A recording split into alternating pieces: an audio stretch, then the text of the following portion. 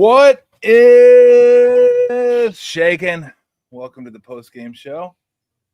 I drown my, no, I'm not really drown my sorrows. It's like they lost the game. I thought they were going to play better, but all right. I mean, lost to a really good team on the road, and good Lord, can you lose some more players? I mean, the big story is Fred Warner going down with the ankle injury, dislocated ankle. That was a report. And what'd you say dislocations are between a year and big differential between a couple of weeks and a year? There's a big gap there. There's a big gap as far as or what dislocations mean. So we'll see how it plays out. Look, this game they battled. I think they only got outgained by about 16 yards. So they played fairly well. 4 plays in this game. The first pick led to a 20-yard touchdown drive. And that was, I thought Mac Jones got fooled by the coverage, but Bourne did as well. He broke in, should have broke out, and maybe he could have broke it up. I don't know. The second pick, I mean, you're trying to come from behind and you're trying to make a play, but they baited him into that throw. And you would know what coverage it is when the corner is like here and then he sinks back into the fucking throwing lane. Yeah, they gave up the short stuff. It kind of made Mac Jones think they were going to come up and take that away, when in reality they didn't have any. They didn't want to take that away. They wanted to sink into the deeper route. Yeah, and it really was almost the same coverage that fooled them twice, once to the left, once to the right. Yep. And then, I mean, equally as big, maybe not as big, maybe bigger. I don't know what they are. I just know they're the 4 biggest plays in my mind. The Baker Mayfield scramble. 4 minutes left to go in the third quarter, 3rd and 14. Had the ball, I want to say, on Tampa, had it on their own, like 45, 40-yard line. Yeah, 40 yard, about the 40. And it looked like it was going to be a sack. Not only was it not a sack, ends up being a first down. I mean, Upton Stout's got to try to wrap up there instead of knocking the shit out of him, which he tried to do and didn't get all of him, and he ends up getting the first down. You wonder if Fred Warner on the field makes a difference in that situation. I mean, who knows? You don't know, but that was a massive play. And then the Pooney false start on 4th and 1, where they went for it and didn't end up getting it. Yeah, so. we talked about a little. I was a little surprised they didn't go for the field goal there. Yeah. I thought maybe they could have gone for the field goal. They had their timeouts. So they had 2 timeouts left, and there was around 5 minutes left. Late 4s. Kick the field goal, be down a touchdown, keep some momentum. Get some momentum with that. But the offside penalty, that just was a killer. Yeah. And I'm not even sure they had a play called. I mean, they may have had a freeze play on trying to draw them offsides, because Mac Jones started in the shotgun, then he walked up underneath the center, which is what they do quite often. And they may have been trying to draw him offsides. Who knows? I'm sure that Kyle will say something about that post game. But you're right about the Baker Mayfield play. That was the difference in the game. That was a huge momentum swing. That was 20-19 at that point. 20-19 on a 3rd down. They're going to have being down a point. It would have been 4th and 24, because it was 3rd and 14. He dropped back 10 yards. They had the opportunity to stop him. They're going to get good field position and then have a chance to go down and get some points to take the lead. Yeah. And instead, 2 plays later, looking at a touchdown, which was a tremendous play. Great catch, great throw. Great catch. And they're a good team. We knew that going in. Yeah. And the Niners were going to have to play a perfect game. I don't know about you, but I just kind of saw a little bit of the sails taken out when Warner was carted off. Yeah. They didn't have that enthusiasm. He brings such enthusiasm to their defense, and I didn't see that there afterwards, and they're going to have to deal with that going forward.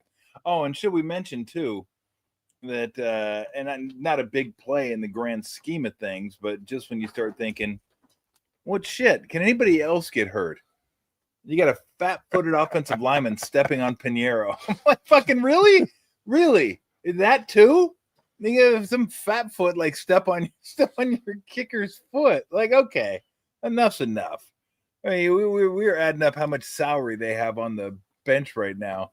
I mean, the 2 highest players they have playing, or that were playing at the end of the game, were 3: McCaffrey, Lenore, and Trent Williams. So you got Kittle out, Warner out, Ayuk out, Bosa out, Purdy out. Yeah. I mean, good Lord. That's probably like $150 million, maybe more. Some of the highest paid guys at their positions. Absolutely. In the whole league, and they're not playing. And they still had the opportunity. I mean, it finally caught up to them a little bit, that's for sure. But they had the opportunities today. Yeah, they did. And they battled. And I was really pleased to see how they battled through it, and they stayed in the game right until the end. Yeah. They missed a field goal. Tampa misses a field goal. They get an opportunity to go down, possibly tie it up. Yep. And kind of self-destructed there, like we said, with the Pooney offsides and the interception. But, that's a good football team. That's why they've won 5 games. They're 5-1 now. And they're probably going to run away with that division. And they're going to be somebody that if the Niners make it to the playoffs, they might face them again. Yep. And look, you lose the playoff battle again. So every game this year, they've either tied or lost the playoff differential other than the Ram game. They won it that game. They win the game. It's amazing. It is now 13 straight games without an interception. That's like literally almost impossible. I think you're going to fall into an interception at some point, and they can't even fall into an interception. So the fact they're where they're at, I don't know how everybody feels. I mean, it's a bummer when you lose, but it's 4-2, as beat up as they are, and the fact that they're 3-0 against the division, and guys are going to start coming back now. It's going to be a different team. I mean, we're going to find out how good Saleh is now. And look, you're only as good as your players, I say. The coaches obviously help, but you still got to have players. And he's losing his 2 best defenders. Yeah. Your 2 best defenders are out. And not only your 2 best defenders, I mean, Bosa's not top 5, but he's definitely top 10, if not top 8 defensive end. And Fred Warner's probably the best linebacker in the game. Yeah, and Bosa's the one guy on their defense that can actually put heat on a on a 4-man rush. Yep. They're not getting a whole heck of a lot out of the other guys. They have to blitz to get there. And I didn't see a lot of blitzes today, specifically when Warner went down. And when they did blitz, they got beat. They got beat. So. And there is help coming, but it's on the offensive side of the ball. And we talked about how I think we're going to see some changes offensively. They're going to have to score more points. Yeah. And because scoring 19, 20 points is not going to get it done. I think their defense is going to give up more now just because they don't have a lot of guys out there. They're going to get better. Yep. Those young guys are going to get better every game. But the offense is going to have to pick it up. And the 21, 22-point games, they got to turn those into 28, 35 to have an opportunity to win some more of these games. Yeah, although I do feel good about having Saleh back because, look, the great players are going to be great regardless of what happens. And it says right, you got the dislocated ankle, gonna need surgery, gonna miss the rest of the year. Yeah. So there you go. There's the surgery.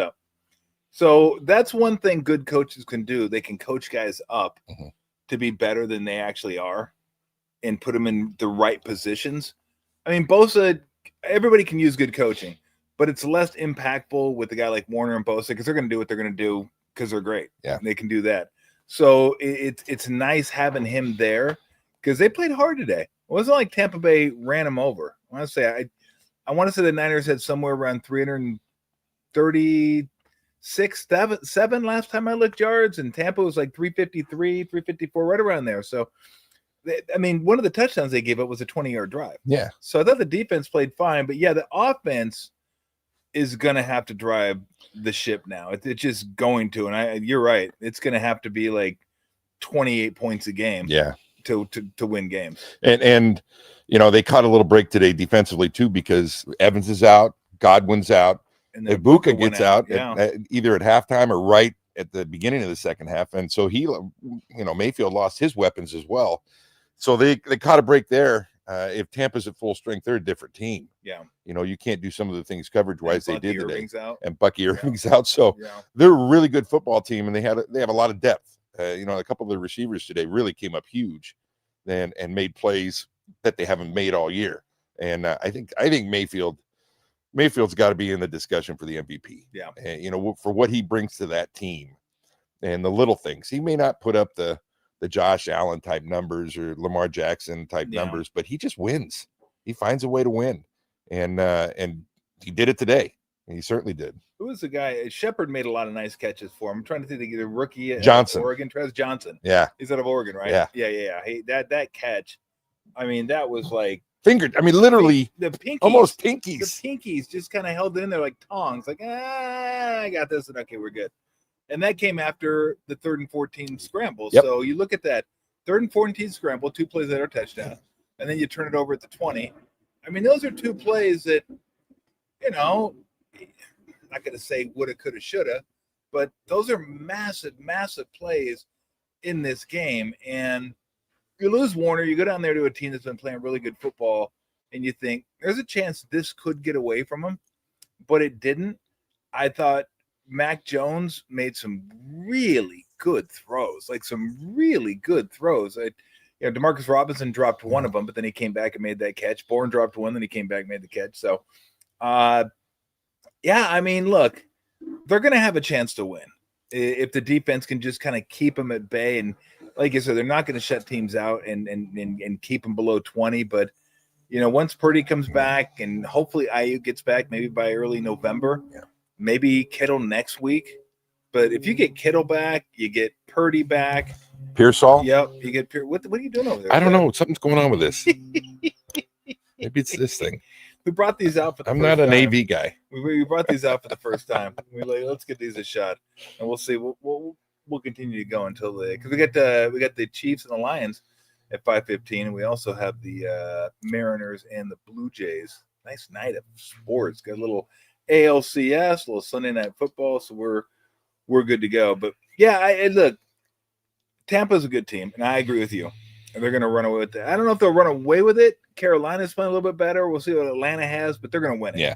They're going to win the divisions. And, you travel all the way across country. You're banged up going in. You get more banged up during the game, and you find a way to scrap and claw. And after that missed field goal, you're like, okay.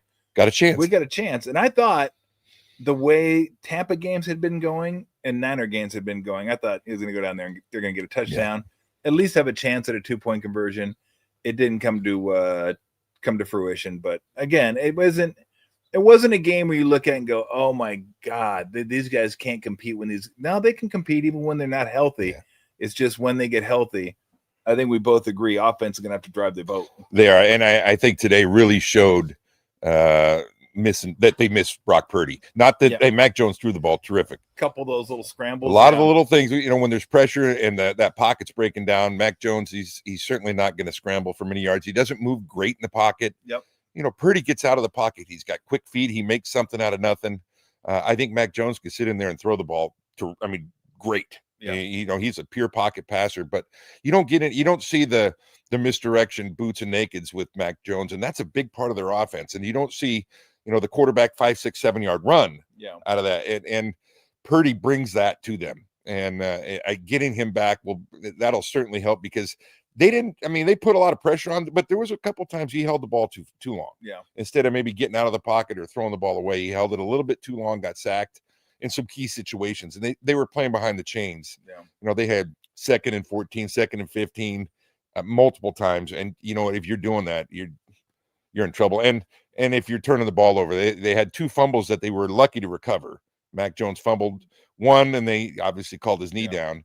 And then the other one that he pounced on, and it saved another turnover. But if you lose a turnover battle in the NFL or any level, you're going to probably lose the game. And it was 2-0 today.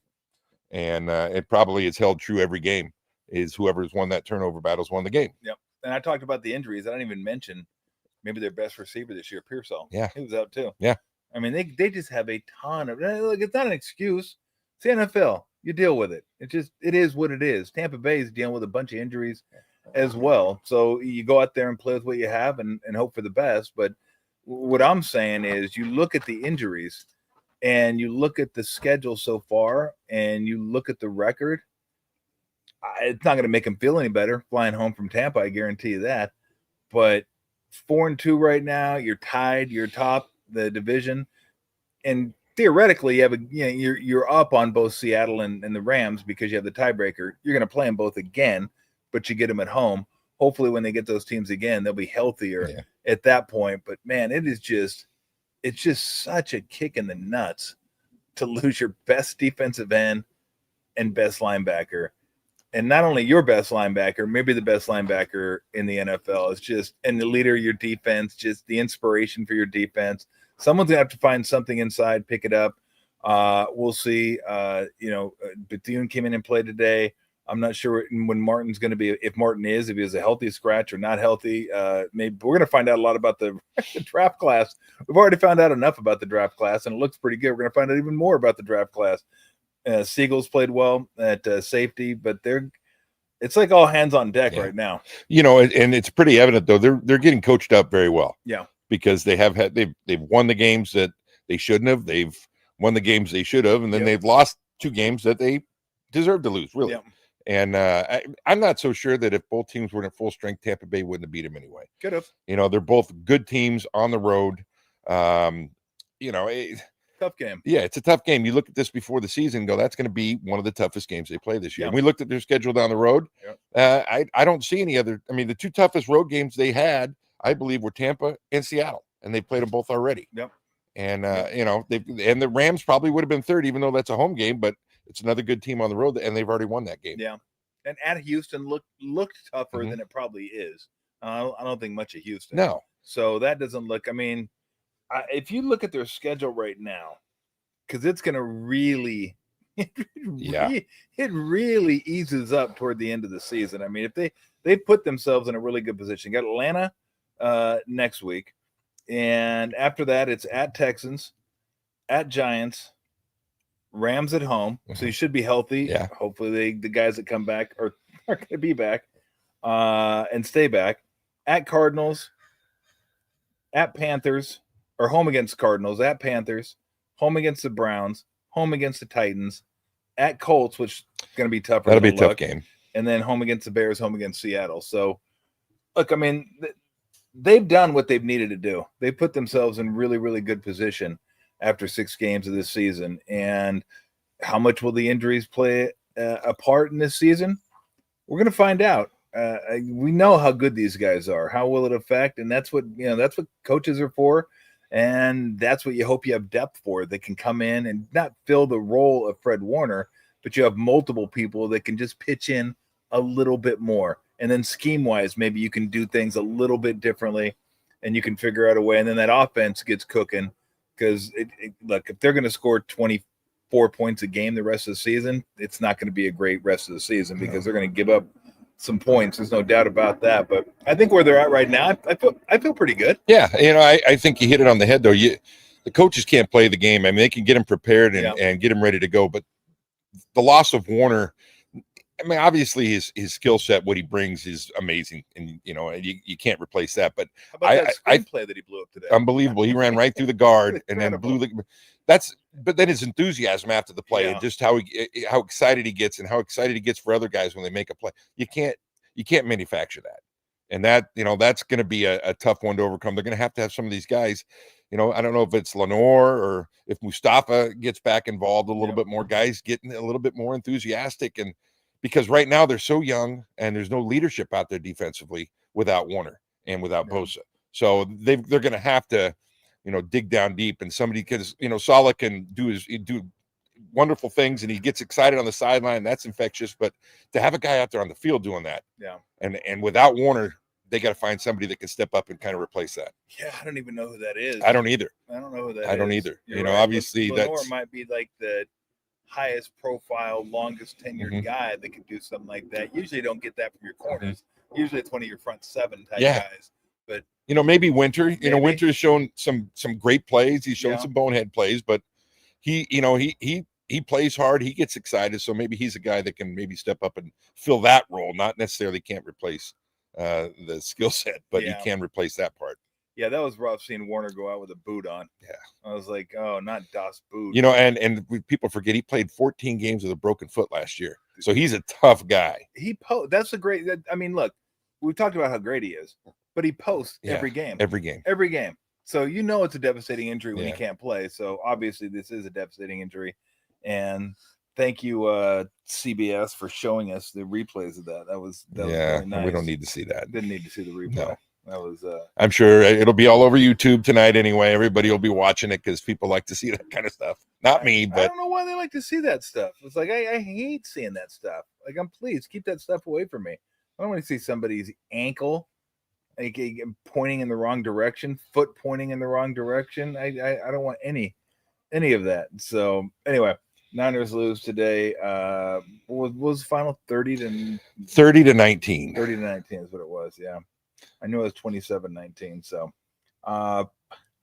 you got to think of the positives though. Eddie Money, Eddie Pinheiro, or is it Brent Jones likes to call him Mucho Pinheiro? Mucho Pinheiro, Eddie Money, in honor of the great Eddie Money. I like Eddie Money, but he's been, that's a huge thing. Yeah, stay off the man's fucking foot, okay? Yeah.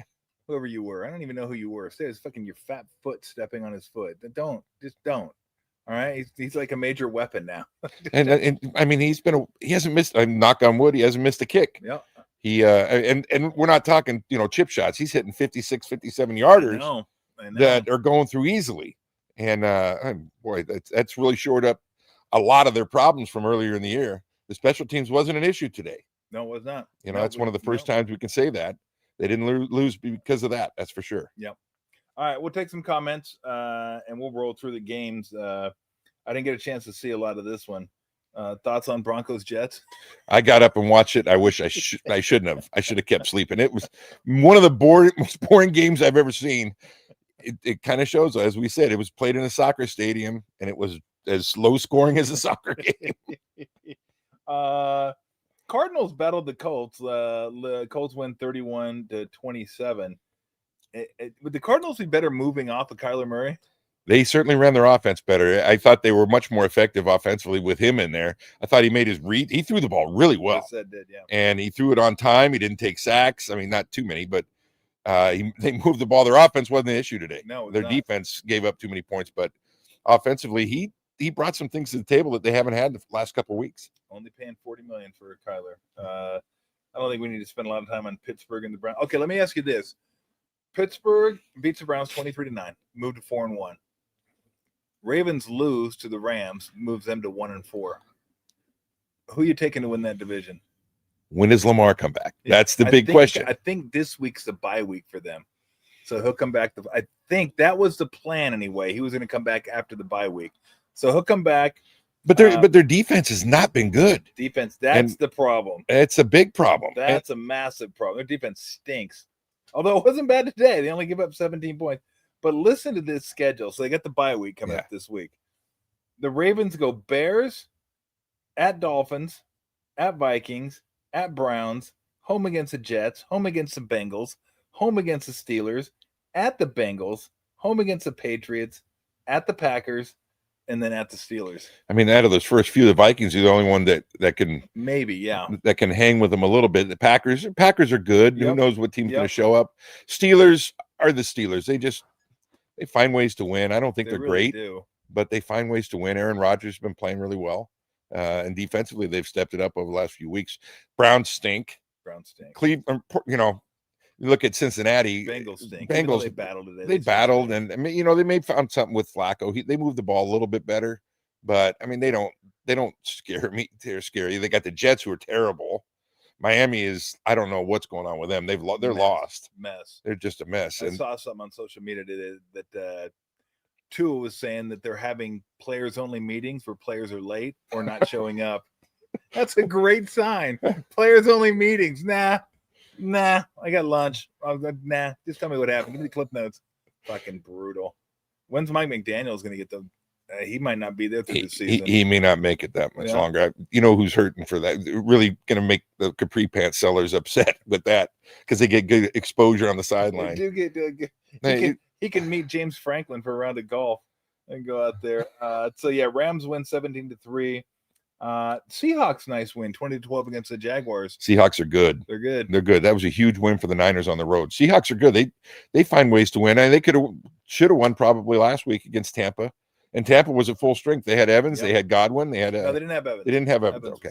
Yep. But they're a good football team. I think that guy does a nice job. Defensively, they're playing really well. And then Sam Darnold, he's throwing the ball well. He still makes a few bonehead plays, but Njigba might be playing it as the best receiver right now in the league. Incredible. Can't stop him. He's been incredible. And it just goes to show you, I've talked about this occasionally, and I always bring it up because Joe Montana is regarded as one of the best quarterbacks of all time. He was, and then it was Tom Brady, whatever. Tom Brady's one of the best. He's one of the best. I always wonder, okay, you take Joe Montana, put him in Miami, and take Dan Marino and put him in San Francisco. We might be looking at it completely differently. Joe might not be what Joe is, although I think if you're great, you're going to be great. I think Joe would have succeeded. But I think Dan was great. He didn't win a championship, and I think he absolutely would have won one in San Francisco. Well, I don't know if I mean, we both agree Marino, unbelievable. He's great. But the system, too. I don't think the system in San Francisco actually fitted his style of play. If you remember, I mean, Joe Montana used his feet for a lot of things, and they broke the pocket, a lot of rollouts, a lot of boots and nakeds, and that wasn't Marino's style, and that wasn't the West Coast offense. I still think he would have been he'd be great anywhere. Yeah. And with the running game, with the defense that the Niners had, he certainly would have been had the chances. And with Walsh as an offensive guy, but no, I agree. I agree with that. But my point is, Sam Darnold is in New York and Carolina, and we're like, bust maybe, and then all of a sudden he comes here. Maybe even learns something, didn't play much, learns from Kyle Shanahan or whatever, and then he gets O'Connell in Minnesota, again, a great offensive coordinator, very good teaching quarterbacks, and resurrects his career, and now he's doing it and I don't even know who the quarterback coach or offensive coordinator is in Seattle. It's Kubiak, Clint Kubiak. Is it? Okay. Yeah. And we look at him completely different. Yeah. Like I look at him completely like Baker Mayfield, I look at completely different. And I think we touched on this a couple of weeks ago too. There's very few NFL coaches that actually coach the quarterbacks. Yeah. And those that do, it really shows. I mean, you got the Shanahans and the McVays and the O'Connells. Yep. Those guys, and I actually LaFleur, think and LaFleur, I think the guy that's in Carolina now does a nice job. Oh, Canales. Yeah. And I think he'll do a good job. I think the guy that's in Jacksonville does a nice job. Oh, he did great job with Mayfield when he was there. And I think you've seen improvement this year out of Trevor Lawrence already. Yeah. He's done a better job than he has in the past. So, but then you have these other coaches that expect them to, you know what? Okay, we drafted them because they're good. Show us what you got instead of coaching them and letting them go. And another thing is guys just get thrown to the wolves immediately. You know, the good ones usually don't have to. Mahomes sat for a year. Yeah. You got Love has sat for a couple of years. Aaron Rodgers sat for a number of years behind Brett Favre, and they got better and they learned the system. It takes a while. Sam Darnold got thrown to the wolves immediately with some bad teams in New York. And then that'll eat you alive. And they were going to have to throw a lot because they were losing. He got the crap beat out of him, and his confidence went down. And that's half the battle, is having good, your confidence be up. Yeah. And I think he regained that. Yeah. Obviously, he has regained that. Yeah, he's left the "I'm seeing ghosts" memes behind. And every time I think of LaFleur, I just think of La La Loser. Love that movie. Chargers win 29-27. By the way, I picked up Vidal in my fantasy. Didn't play him because I'm a dumbass. They win 29-27. Dolphins are just taking on water. Panthers win 30-27. Patriots continue to get it done 25-19. Titans, Raiders, who cares? Two awful football teams. Just awful. The Patriots, going back to them, I think that's a sleeping team right there. I believe and right. And we talk about Pittsburgh and Lamar's and the Ravens. Yeah. I think that their game, the Ravens against the Patriots later in the year, is going to be a tough game. Yeah. Drake May's playing great. Drake May's playing great. Vrabel's a tough son of a bitch, and he's got his team plays like that. Yep. They play like the Patriots did when he played. Yeah. Just sound, fundamental, physical. Let's run the ball. Let's play action. Our quarterback's tough. He makes plays, and they find ways to win. And they're going to be good. Yeah, that was the only game. Actually, I had a decent day from a picking game standpoint. That was the one game I lost. I love New Orleans. I love coming off that Buffalo Bills win. I thought big Sunday night win, standalone game. They're going to come down. New Orleans getting 3.5. Ended up losing by 6. I figured their defense playing better but. I mean, Drake May made some throws in that game. They're just fantastic. And I'm a big Vrabel guy. The only reasoning for him being let go from Tennessee has to be, you know what? You've just been here so long. Your voice has run its course. We just need to change. Yeah. And maybe he was part of it. Maybe he just said, you know what? That's fine by me. Yeah. Because he was going to be in demand. He was going to get it. He wasn't a guy that thought, oh, God, if I lose this job, I might not get another one. Like, he was going to get another job. And I think he had opportunities immediately, but he turned those down and he waited a year. Yep. And then the job that he wanted came open. He obviously wanted to go back and where he made a name for himself. And you never want to be the guy to replace, Bill Belichick. You want to be the guy to replace the guy who replaced him. Exactly. And that's what's happening. Well, remember Gene Bartow replaced John Wooden at UCLA? Yeah. Gene Bartow was incredible. He was like 25-3, 25-4, 26-2. Hey, you're not winning championships. You're out here. Yeah. It's like, fuck, what? Like, I'm not John Wooden. Yeah, we know you're not John Wooden. We want the next John Wooden. Well, guess what? The next John Wooden doesn't exist. The next Bill Belichick doesn't exist. In fact, North Carolina wishes the Bill Belichick didn't exist right now, the way they're playing. God, they are just god awful. But you don't, to replace somebody like that, it's tough, and we talked about him earlier. That's why I give George Seifert a lot of credit. He replaces Bill Walsh, and they go on to win 2 more Super Bowls. And why he's not in the Hall of Fame, as you said, Bergie brought this up today. Bill Cowher is in the Hall of Fame. He goes, why Bill Cowher in the Hall? Why is he in the Hall of Fame? George Seifert's not in the Hall of Fame. 2 Super Bowls, 1 Super Bowl. Longevity is the only thing I can think of. But I would tend to agree that George Seifert doesn't get enough credit for what he did with that Niner team. Well, and not just when he was the head coach, he was the defensive coordinator under Walsh when they won those Super Bowls as well. Had a huge hand in that. So you're looking at probably 4 or 5 Super Bowls that he was involved with. Yep. And they won. And I don't, he's not the type of guy. He's never going to politic for it. He's up there fishing in Bodega Bay, having a great time. But he deserves to be in the Hall of Fame. If Bill Cowher's in there, who had really one good. He had a lot of decent years. A lot of good years. Yeah, I don't think they ever had a losing season under him. But 1 Super Bowl. Yeah, and as opposed to Seifert, come on. And the thing is, I don't even think he's been mentioned.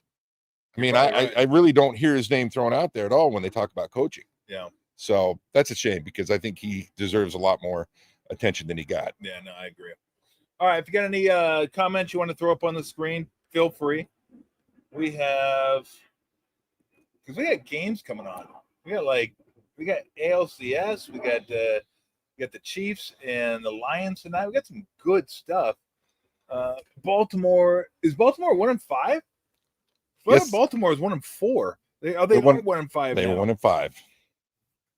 And what is this? So the Steelers are 4-1. They're 1-5. All right. I'll still ask you.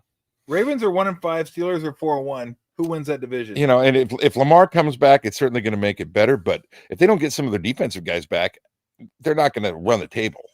They play a couple of decent teams that can put some points up on them. Yeah. If Lamar comes back, that makes it easier. They're going to have to outscore guys because they're not stopping many people usually. Yeah. But I have a hard time picking against them. One more loss though, that might make it difficult. Well, let me give you the next few games for the Steelers. At Bengals. Win. Home against the Packers. That's a tough one. Home against the Colts. At Chargers. Home against the Bengals. Another win. At Bears. Home against the Bills. At Ravens. Home against the Dolphins. At Lions. At Browns. At Ravens. You know what? I look at it like Pittsburgh's kind of doing what the Niners are doing. They're giving themselves a better opportunity. Yeah. By winning these games early, because that's a rough schedule. Yeah. You got the Bills. You have the Ravens twice. They're going to be at full strength one of those games. Yeah. The Chargers are tough. The Bills, as we know, are tough. Packers, the Colts are tough. Lions are tough. I mean, those are, if they go 500 in those games, they probably have a chance to win that division. Yeah. Because they built enough, leeway to stay ahead of them. Because the other teams in that division, I don't know. Bengals and Browns can't. They're not going to do anything. So it's really between the two of them. And then if they go 500 that in those games, I think that would be enough to stay ahead of the. Well, let's see. Let's assume, and I don't want to assume because what happens.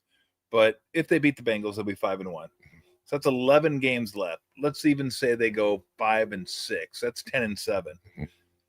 Can the Ravens rip off that many wins? I mean, their schedule's way easier. But, as you said, their defense isn't very good. Lamar Jackson ain't fixing that. He's not fixing that defense. And I don't know if the defense is going to get appreciably better. I haven't been that impressed with the Steelers, even though they've won some games. Really off the radar. Have they beat anybody? No. I look at try and figure out the playoffs, and I think did they beat the Patriots? Yeah, they beat the Patriots.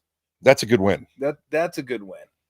So they beat the Jets, lost to the Seahawks, beat the Patriots, beat the Vikings, beat the Browns, beat the Bengals.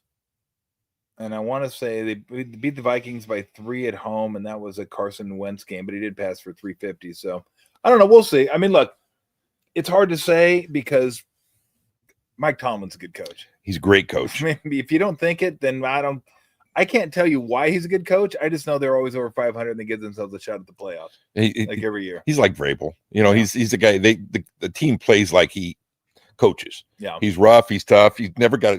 Has the guy ever smiled? Ever? Not, no. Even after a win. I mean, the guy's tough. He finds ways to win. And Pittsburgh has, the last couple of years, well, I think Tomlin needs to go. The guy just wins. And if you've never had a losing season, that's unbelievable in this league, as long as he's been coaching. He's still a young guy. Yeah. And I think this is his 18th or 19th year, something like that. Forever. And he's not even 60 years old. I mean, that's I've had 3 coaches since Noel started. That's 3. And Noel, Cowher, these other teams could take a note on that. And you don't need to pull the trigger so fast and because of one bad season. Every now and then that happens. But these guys just win. 3 coaches in that amount of time. The Rooney family knows how to do it. Yeah. And they've obviously, it's been passed on. I think Cowher coached a lot like Chuck Noll did. Yeah. And I think that Tomlin does the same thing. Yeah. And they've just kind of carried over that practice mentality that they go. That's one of the few teams, they go pads almost every day. Yeah. And most of the teams don't do pads at all. They get that physicality out of. They've always had physical defenses and physical offenses up front, running the football, toughness. And that whole division has. Yeah. All right, let's get to some Niner questions. You guys got some Niner comments. He took over Tomlin took over in 2007. 18 years. Wow. That's incredible. I don't know when Noel took over. I don't know when Noel started, probably early 70s. And if you want to call it 70 just to make it easier, that's 3 coaches in 55 years. Yeah. Ever since the onset of the true NFL. I think he was in the AFL. Was he? I think Noel was with the Steelers in the AFL before they merged. That's stability. Yeah. That is absolute stability. Do you think the 49ers will still look to make a trade for a defensive end? Maybe an interior offensive lineman? I don't know. Your thoughts? We talked about this today during the game. There's just not a lot of interior offensive linemen. Nobody wants to get rid of them right now.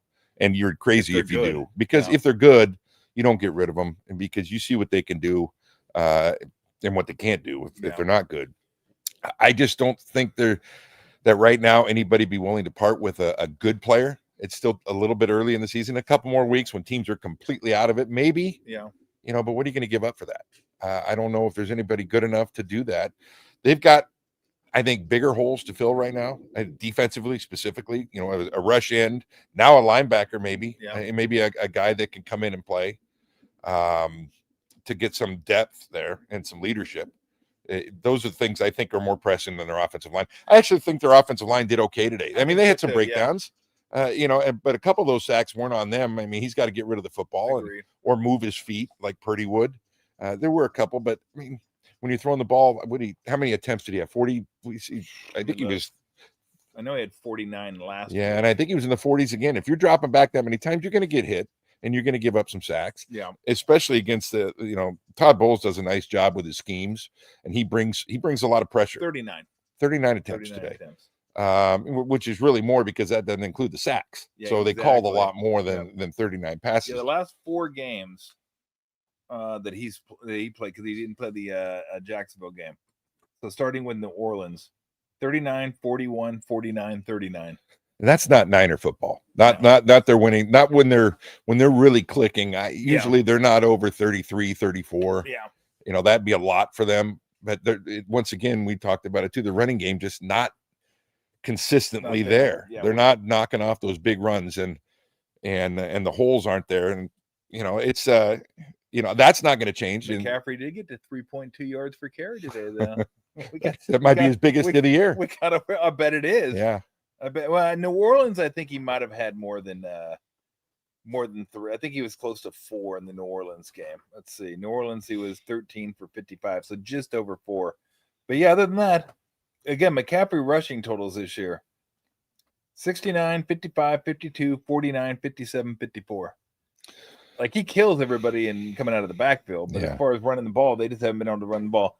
And today, you knew it would be tough, even though he got 3.2, which doesn't seem like much. But what they've been doing, it's actually not bad. Against this run defense, I mean, you got Vita Vea in the middle there. Yeah. That guy's like a mountain with shoes. And he's a force. I mean, we watched it. Twice they got sacks. He didn't make the sack, but he forced the sack. Oh, he took the center and the guard. He split the double team and shoved him right back into the quarterback. That was on that first drive, if I'm not mistaken. It was early on, second drive. And they got a sack on that. It was a big play and forced the Niners into a field goal, if I'm not mistaken, on that when they were moving the football. Yeah. But they're tough to run on. Yeah. Todd Bowles, I've always been a big fan of his. He kind of looks like Art Shell on the sidelines. He's quiet. He doesn't say anything. He never changes expression, but his defenses have always been good. Yeah. And it looks to me like he's taken a major part of calling the defense again. A lot of head coaches don't do that, but it looks like he's calling most of the defenses. And that's probably why they're doing so well. Vita Vea, University of Washington. Right? UW. Yeah, UW. He's a Husky. Do you even consider shutting down Purdy for the season? No. What? Absolutely not. Why would you do that? They're 4-2. 4-2. You're top of the division. Christ, KG. What are we talking about? Don't know. What? Hey, the 49ers are in a really right now. They're in a great situation with quarterbacks right now. Yeah. Because they found that they have two guys that they can count on. And there's very few teams. Look at what Cincinnati's going to they've got talent. Burrow went down, their season's over. Oh my God. And they're loaded with talent. They got one of the best receiving corps in the league. Yep. They have a good offensive line. They got a decent running back. Decent offensive line. Decent, but they can't do anything now. It's over. No backup quarterback. The Niners have a guy that started in the league for 2 or 3 years. Yep. He's come in and he's picked the offense up. He's done a great job. Purdy has proven he's done a great job. He brings his feet to the table, which Mac Jones doesn't have. Yep. Brings his moxie, his, they both kind of have that toughness in them.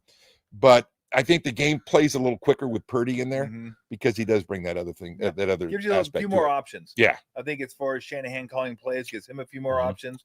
And then with Purdy, they can make that off-schedule play. Yeah. They can make something happen that's not there. Mac Jones can make the play, and we've seen it. He makes a play that's there to be had.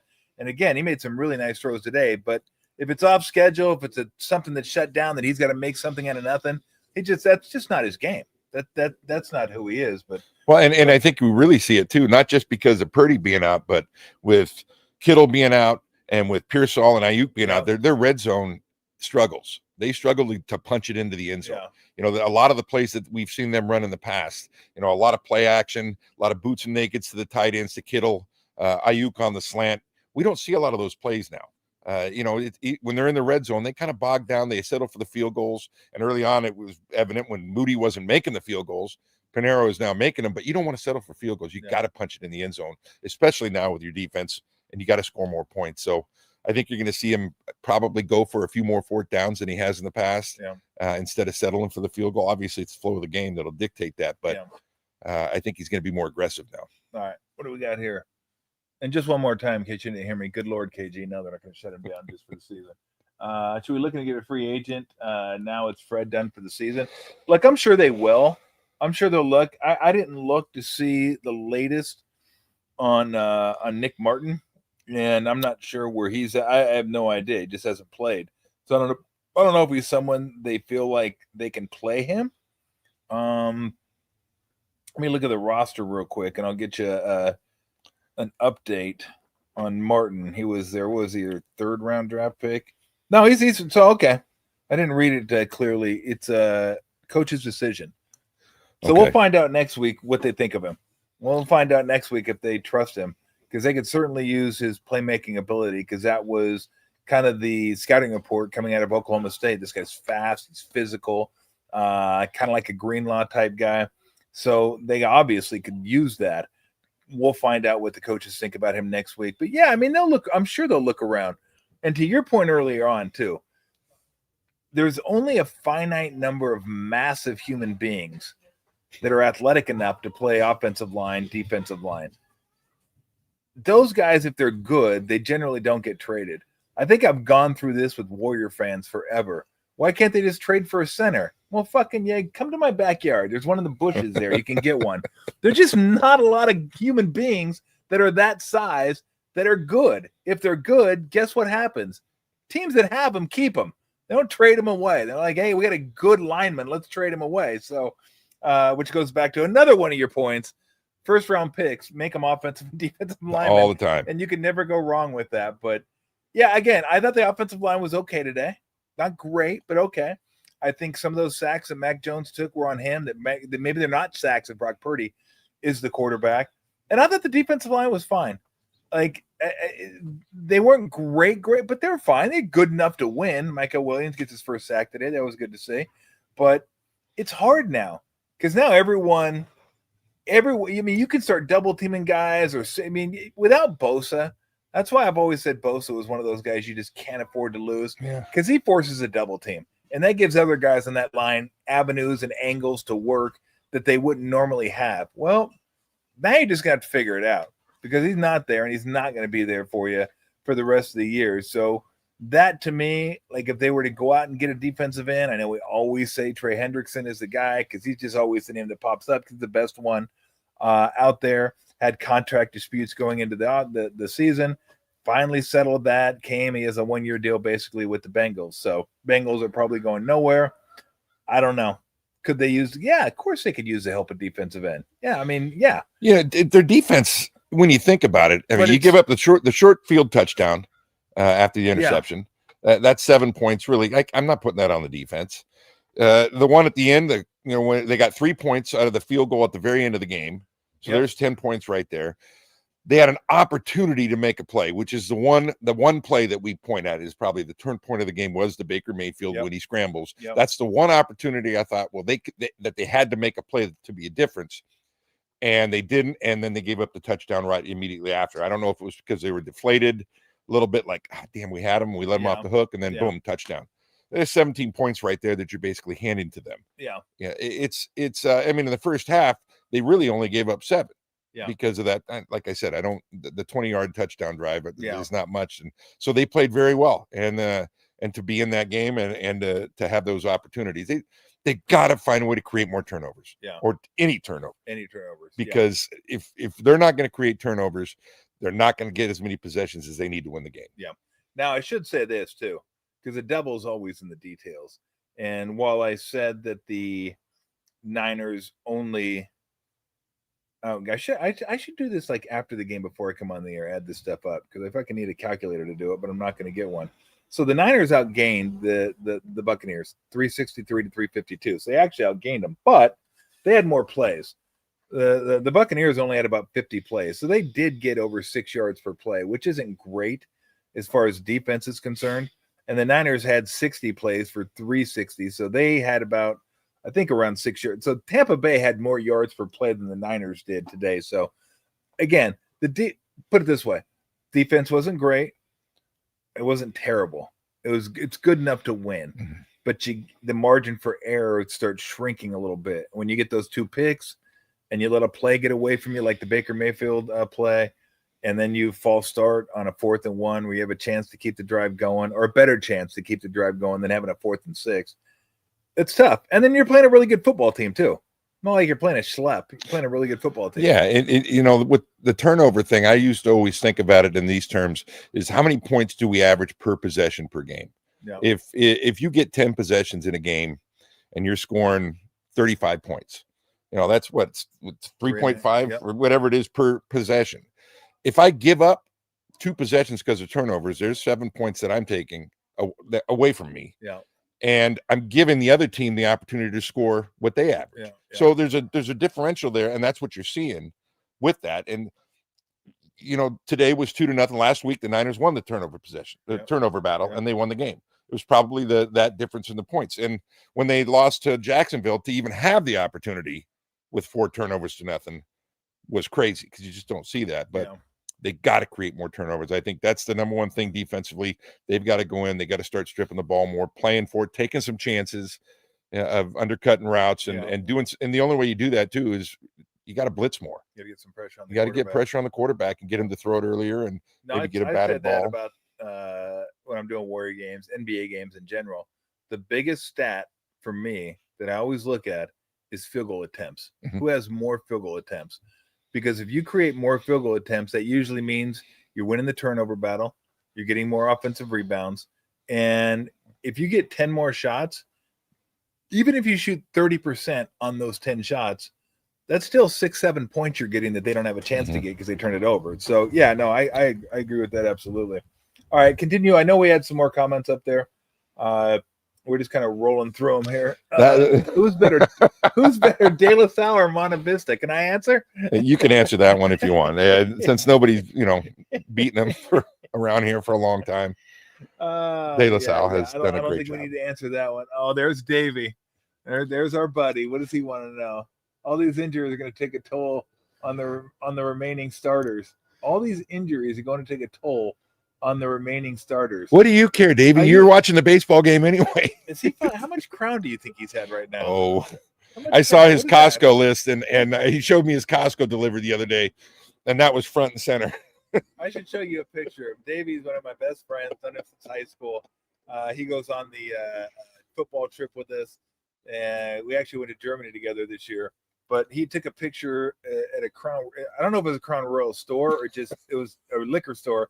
Had a Crown Royal like chair, like a king's chair with Crown Royal around it and everything. I didn't think he was gonna leave. I thought he was just gonna fucking stay there. He's moving in. He was gonna call Audrey and go, "I'm not coming home. I'm not coming home." But I know his question's good though. I mean, it is going to take its toll because their depth is now starting. The guy, meaning the guys that were backing up are now starting. And so they've got practice players and unsigned free agent or guys that are coming in from the practice squad that are going to be their backups. And what you're going to see there is, and I said it before, is a huge toll on your special teams because the guys that are going to be playing special teams are never your starters. They're the guys that are backups and aren't playing very much. And those are guys that were on a practice squad. So you're going to lack in athletic ability. I mean, they're all great athletes. We know that, but the difference between a starter and a practice player can be huge. And that takes its toll on special teams. Well, it's the same as when your closer gets hurt. Yeah. Now your 8th inning guy has to be your closer. Your 7th inning guy has to be your 8th inning guy. Like you're just asking to do you're asking players to do things that either they're not capable of doing or not capable of doing for as long as the starter is. So yeah, I mean, of course, you're backup for a reason. It's like if if Mully got hurt and I had to play. Think that might affect us? I think it might affect the Warriors a little bit. I'm proud of our backups for keeping us in every game. 4-2 record. Now look, again, they're 4-2. They played well. They're in a great position right now. In a great position. Again, I will reiterate this, and I've said it over and over and over again. They're 3-0 in the division. That's huge. Massive. And the two teams that are probably the best of the three, they beat them on the road. In Seattle, in LA. And LA is there's no home field there. It's like the worst home field in the NFL. But it's still, you don't have to play there anymore. You don't have to play Seattle, which is one of the best home fields in the NFL. So, I mean, they're in a great position. Not in a great position health-wise, but a great position record-wise. But again, we're talking about the Steelers and the Ravens winning the division. I still think they have a great chance to win this division. A great chance to win the division. I think Santos is right. The way the backups have played, it's no secret. I have never been a big fan of Kyle Shanahan and his play calling and stuff like that. I think he's doing a fantastic job this year. And I think that it shows when the backups that have come in, they're all prepared. They're all doing it right. He's calling the game like he has to with what he has. And in years past, he hasn't done that. And I think it's really shown this year. And those guys have they've risen to the occasion. They made Kendrick Bourne has come up huge. What a great pickup he was. Yeah. And I know that Robinson dropped the ball today, but he did come back with another big play. Scantling had a big catch today. So all these guys that are backups, they're prepared. They're ready to go. And I think that's a sign of the coaching. They've been really coached up. Yeah. And I think they've got an opportunity to win all these games. They do coming up. Yeah. And the healthier they get, the better they're going to get. I'm surprised that Davey didn't ask us if we're going to throw in a chew. We're the same guy that when we go to a baseball game. It's a great game. We're watching who was Minnesota even playing? Angels. They're playing the Angels. His team. Playing the Angels. And he's in the outfield behind the fence playing cornhole. Didn't even watch the game. Cornhole. Although I got to give him credit though, because we saw him. He was up. He was up in the outfield. He was an Angel fan in the outfield, just sitting by himself. Looked like Bob Uecker up there. And there were 20 high school kids from a high school team, and he bought them all hot dogs. That was pretty cool. Only because they were $1 hot dogs. Because there's no way he'd buy him anything more than $1. But still. He's the same guy that reaches for his wallet and says, I left it back in the house. T-Rex? Wallet? What are you talking about? I got to pay for this? Oh, I can't. Oh, I can't reach it. I can't reach it. All right. What else do we have? Roll us a few more, and then we'll get out of here and let everybody go watch. Well, you can go watch whatever you want, whenever you want. We got the baseball game on. We got the football game on tonight. So if we have any more comments, Ogden or Max, throw them up there. And by the way, I give Max credit. I like the pumpkin in the top right. That looks nice. I was thinking about putting up some Halloween lights in this thing for the shows.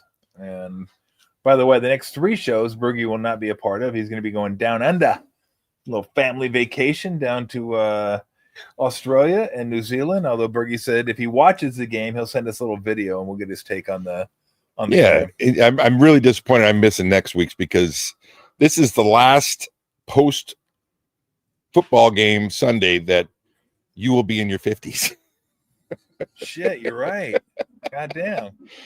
Our man turned 60 this week. Jesus criminy. He's old. It is this week. It is. No, there's no doubt I'm old. And I feel it every morning that I get up. Damn, I'm going to be out here by myself. It'll be spooky because I think next week, Sunday night. Halloween.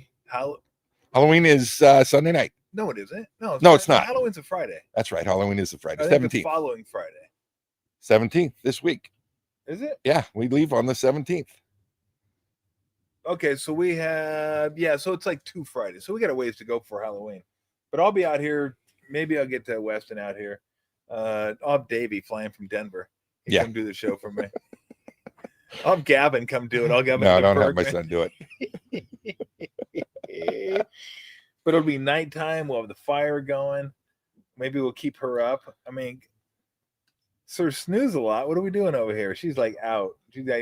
She's got the ball thrown to her today, so she's a little worn out. She's tuckered. So, all right. Do we have anything else? Max, Ogden, I feel like an auctioneer. I'll give you the countdown. If we have anything else, bigger calves, Bergie or a kangaroo? Bergie. Kangaroos don't have calves. Come on. I don't think kangaroos have calves. No, I don't think so. Like I want to box one when I'm down there. Box a kangaroo. Ooh, if you do, take a video. That'd be amazing. Those things square up on you. I'll leg wrestle them too. They're like square up on you. They're like, let's go. I'm not boxing them. I'm not boxing. My brother-in-law would do that though. Steve would. He would love that. Absolutely would. Steve's a nut job, by the way. This guy's crazy. He does a rescue up in is it Squaw? Yeah, well, it was now it's Palisades. You can't say Squaw. Can't say Squaw anymore. It's offensive to fucking who knows what. It's like Palisades. Please, I mean, come on. But yeah, Steve would do that. Yeah. And Steve would absolutely do.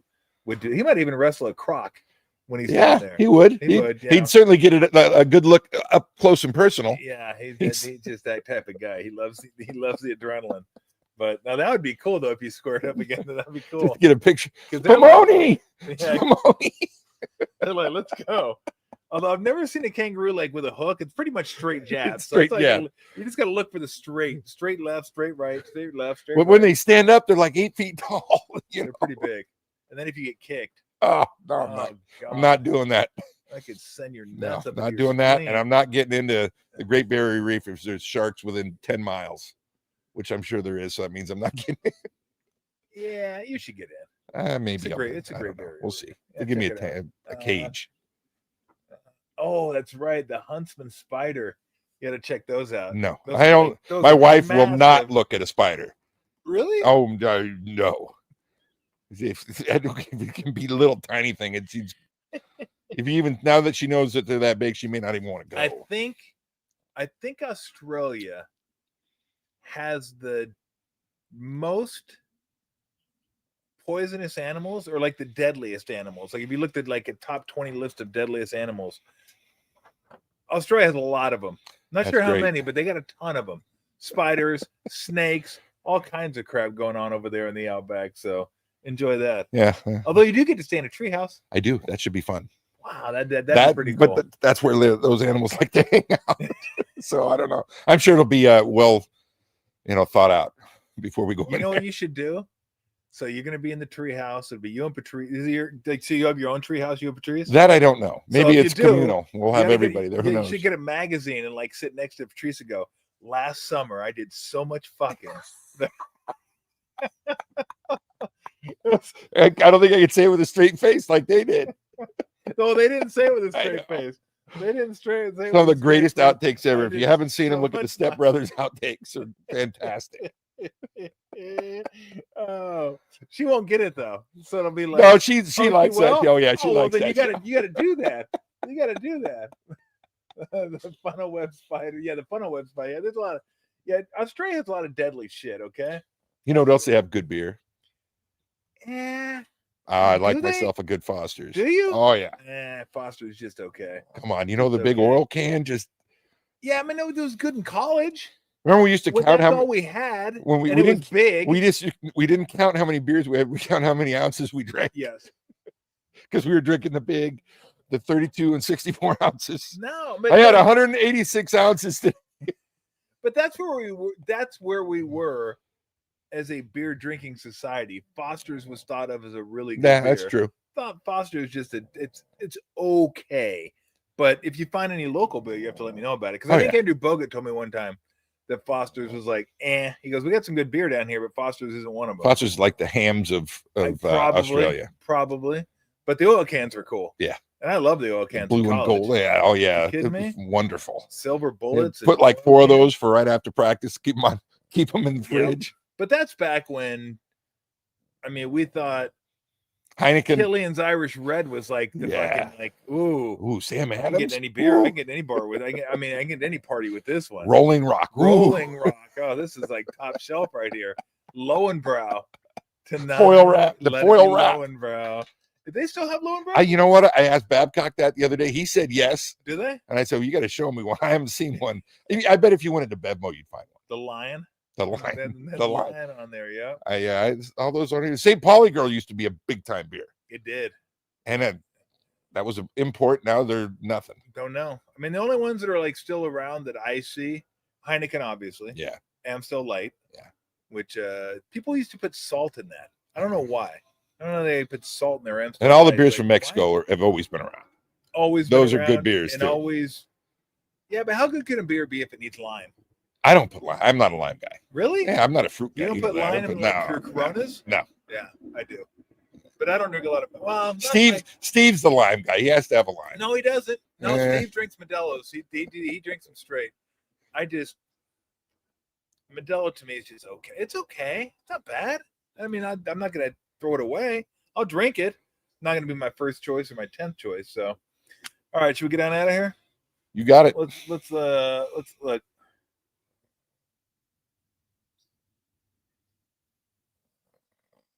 There you go, right there. That about says it all. Looks like I'm done. You guys are done. We're done.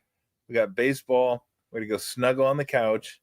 She had her pumpkin. Got her pumpkin, which is what I feed her because she goes nuts. She wants to eat. And I'm like, well, no, you're gonna blow up. So I get her pumpkin because if you have a dog and your dog's always hungry, give him some pumpkin. Fills them up, and very few calories. So that's what she's on right now. She's on a pumpkin high. And she's ready to go in the house and just pass out while I watch a little baseball, a little football. I got the 2 TVs rocking and rolling. We're good to go. So I will be here next Sunday. It'll be dark, fire. Put some Halloween lights up. That'd be kind of cool. Maybe not though. I don't want to like promise something I'm not going to deliver. So I will. I'll be back Sunday, and then you'll be back 3-4 Sundays from now. Yeah, November 9th. Is that a Sunday? Will you be back November 9th? Yeah, I come back on the 7th, the night of the 7th. Okay, let's see. So you will be gone for the Falcons, Texans. Ooh, that's a good one. You'll be back for the Rams game. Ooh, home game. The 9th, the Rams. So that'll by the way, another shout out to my guy Nate Lamon today. Oh, 17 tackles. Incredible game. Unbelievable. It's most tackles in the history of the Rams franchise. Yeah. And that's last week he had 14 with three passes deflected. guy's just on fire. Couldn't be more proud of him. He might get another defensive player of the week. He could. I mean, with 17 tackles, 17 he's certainly going to be up there. I mean, and he he's on his way to at this pace to be an All-Pro this year. Yeah. So absolutely. Well done, Nate. Yes. Well done. There's a guy that I'd love to see the Niners get. Yeah, I don't think the Rams are going to let it go. They're not going to let him go. The Rams only got it for like a 1-year deal. They do. They're trying to renegotiate with him right now to get a multi-year deal going. And he's making himself some money right now. Yes, he is. Whatever it was 2 weeks ago, it's continuing to tick upwards. So Berg will be back for the Rams game on the 9th. I'll keep it going. I might be back here by myself. Might have Weston come out here, who played a little football. Might come out here. Who knows? Depending on how his fantasy goes. If his fantasy doesn't go well, I don't want him back here. Actually, I do. It'll be more entertaining for you guys because when his fantasy doesn't go well, it makes it kind of funny. Maybe inappropriate, but kind of funny nonetheless. So we'll see you guys. I'll see you next week. And Bergie said that if he's watching the Niner games, he'll send us a little video of his thoughts on the games, and then he will be back the 9th. Lou, you ready to call it? Yep, that was a yes. See ya.